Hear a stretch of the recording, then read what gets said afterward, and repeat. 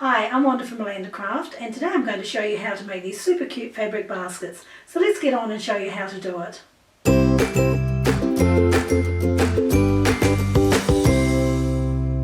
Now the materials I have here are enough to make 2 of these fabric boxes. So what I have is 5 jelly roll strips that I had in my stash. Now if you don't have jelly roll strips, you can cut your own. They are 2.5 inches wide by the width of the fabric, and the width of the fabric is when you cut across your fabric from the fold to the salvages.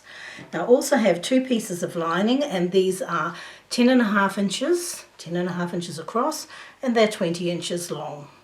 And I also have 2 pieces of fusible fleece, and they are also 10.5 by 20 inches. So now I'm going to put my 2 lining pieces and my fusible fleece aside because we don't need that for the moment. And I'm just going to be working with the strips. So what I'm going to do is I'm going to take these strips, I'll take the first 2, lay them out, let's bring that down so you can see it, and then I'll take the next strip, open it up, and what I'm going to do, I'm going to match the edges up. Now if you're new to this, you might want a pin, but I'm not going to. What I'm going to do is I'm going to sew all the way down this edge, all the way along the strip with a 1/4 inch seam. And then I'm going to press that seam open. And the next thing I'm going to do is I'm going to take the next 2 strips and do the same thing. Then I'll add on the 3rd and add them all together. So I'll go and do that off camera, and I will come back and show you what it looks like. Okay, so as you can see, I've got my strips sewn together, and I'll just show you the reverse. Alright, so as you can see, I've pressed the seams open. Now normally when we're quilting, we press our seams to one side, but I have a very good reason for doing this. Now this next step is optional, you don't have to do it. But what I'm going to do is I'm going to run some decorative stitching down these seam lines. And you can see here, this one here, I've just simply used a zigzag. And then on this one, I've used one of the decorative stitches on my machine. So that's what I'm going to do here. I'm just going to run those decorative stitches down these seam lines. Okay, so I've selected a stitch on my sewing machine, and I've just done a little bit of a practice run to make sure it looks okay, and I'm happy with that. So now what I'm going to do is I'm going to line where my needle is going to come down with the center groove here on my foot. So I want to run the center down this seam line, and I'll just start sewing, because we want the stitch to go on either side of the seam line.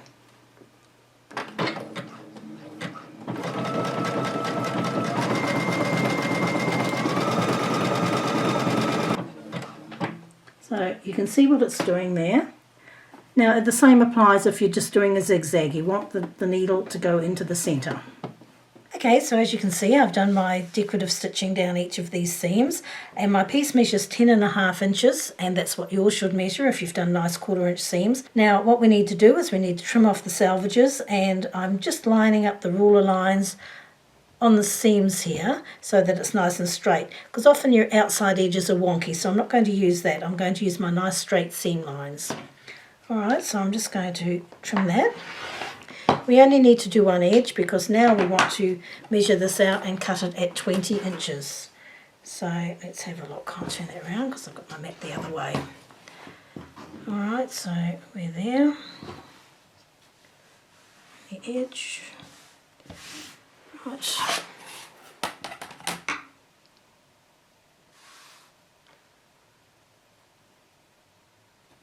Okay.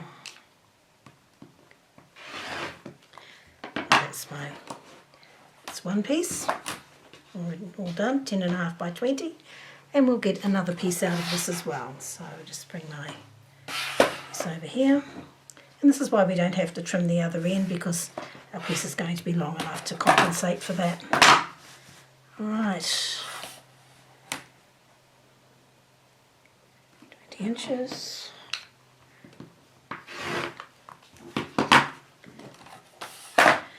And there we are, we have our 2 pieces ready to go. So now I have my lining piece here, and I'm just going to flip that up so that it's face down, and I've got the wrong side facing up towards me. And then I've got my piece of fusible fleece. Now this is soft on one side and it's rough on the other side. And now the rough side is where the glue is, so you want to put that face down onto your piece of fabric. So we have the right side of our fabric, of our lining, and then we have the rough side of the fusible fleece facing the wrong side of the fabric. And I'm just going to iron that on, and I'm going to use a dry iron. And you just follow your manufacturer's instructions for this. Now I'm just going to do this here. If you're ever ironing on top of your mat, make sure that you have a wooden board or something under here to protect it, otherwise the steam will go through and warp it. I've got my woolen mat here. Okay.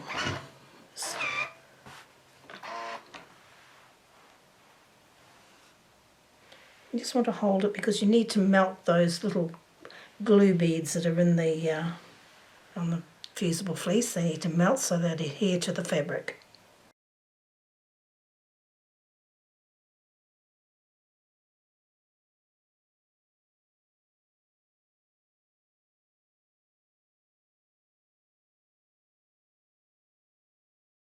Okay, so now that that piece has been done, we're going to do exactly the same with the other piece. Okay, so I have my fabric all ready to make 2 baskets. So I'm only going to work with one at the moment, so I'll just pop this one aside. Now what we're going to do is we're going to take our top piece and we're going to fold it in half. So we're going to fold the short sides together, and we're just going to line the edges up nicely. And we're going to do the same with our lining piece. So we're going to fold that in half, line the edges up. Now, as you know, normally with quilting we use 1/4 inch seams, but in this case we're going to use a 1/2 inch seam. So I'm going to sew a 1/2 inch right the way down this edge and down this edge, and again on these pieces here. So we're going to use a 1/2 inch seam, and we'll have an opening at the top. Okay, so I've sewn down the sides and I have my openings here, and now what I'm going to do, I'm just going to come in here and very carefully clip in here. Now don't cut your stitching, but I just want those so that they'll open up. Okay, and you'll see why for the next step, but just carefully so it opens up. And you're going to do that on all 4 of these. So all 4 of your seam lines. Okay. So for our next step, we're going to box the corners. Okay, so like this. Now, just insert your hand so that the middle finger goes into the corner. Alright, just like that. And then I'm just going to press that seam open. Now, as you can see, I do have a fold line there, and you can press that fold line in if you wish. And I'm just going to work that so that that comes into a triangle. Okay. Now, just to make sure that that seam line is going to line up with the fold, I just pop a pin in there and just make sure it comes out into that fold line. Okay, and you can just wiggle it around until it does. Alright, so that's fine, and now lay it flat on your mat. Now this all sounds complicated, but it really isn't. Okay then, so now what we want to do is we want to get our ruler, and we're going to measure in 2 inches. I have a friction pen here. Now I'm going to put my 2-inch line of my ruler on the end of that seam line, and I'm just going to draw along here, and that's where I'm going to sew. Alright, so then I'll just pop a couple of pins in there, just along that line, hold it in place. Alright, now what I'm going to do is flip that over and do exactly the same thing again. Put my hand in here with my middle finger in the corner. I should have done this so that it opened nice and quickly. Alright, and again, see my hand is helping to form that triangle. Pull it out, let's get a pin, pop it in here, make sure it's going to line up with that fold line, and it does. Okay, lay it flat on the mat, and again bring in the ruler, line up the 2-inch line on the edge, on the end of that seam line, and just draw a line.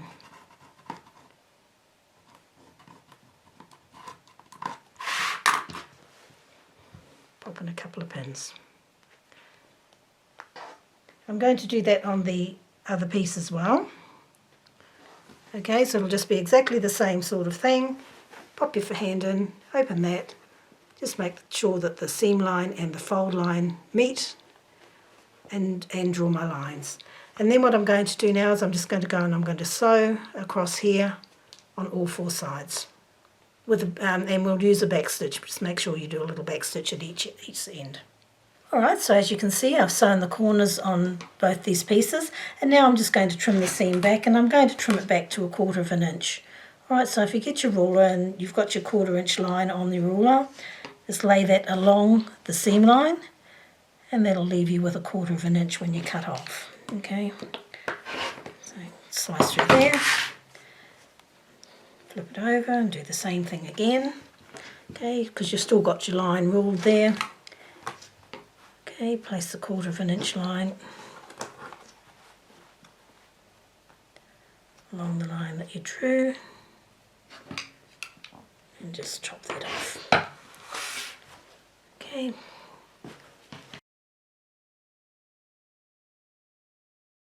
Okay, so I have my 2 pieces now, and I've got my corners boxed.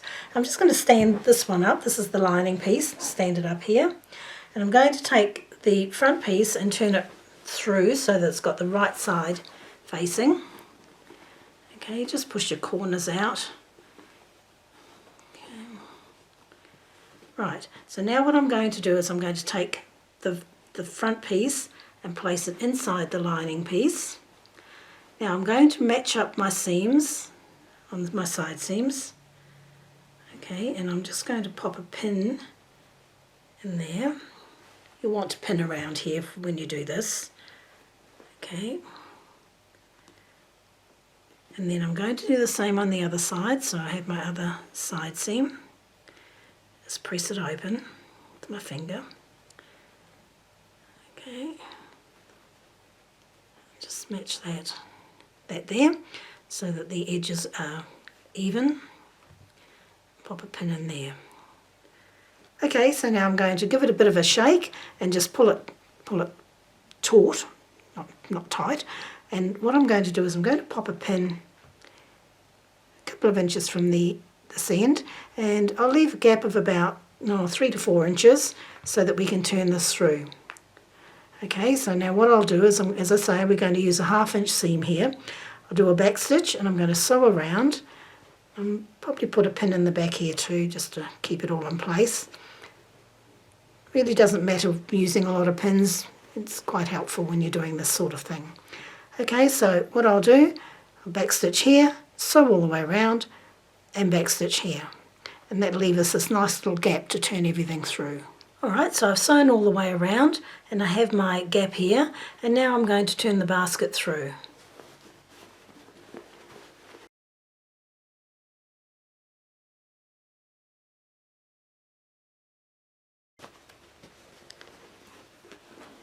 Now you just take some time just to make sure everything lines up nicely on the inside there. All your corners meet up. And then what I'm going to do is I'm going to just tuck this in. Give this a press all the way around so that it sits nice.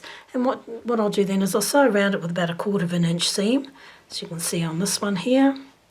And that'll just hold everything in, as well as holding that gap closed. And you can do 1/8 inch if you wish, if you like to have your seams closer, because you will end up with 1/4 inch. You will end up with a bit of a flap there. That doesn't bother me for these baskets, but if it does bother you, then to go in a bit closer with your sewing, with your top stitching. Okay, so as you can see, I've removed the table from my sewing machine just to make it easier to sew this, because it's a small project. I'm going to just start with a small back stitch. And I'm just going to sew around the edge.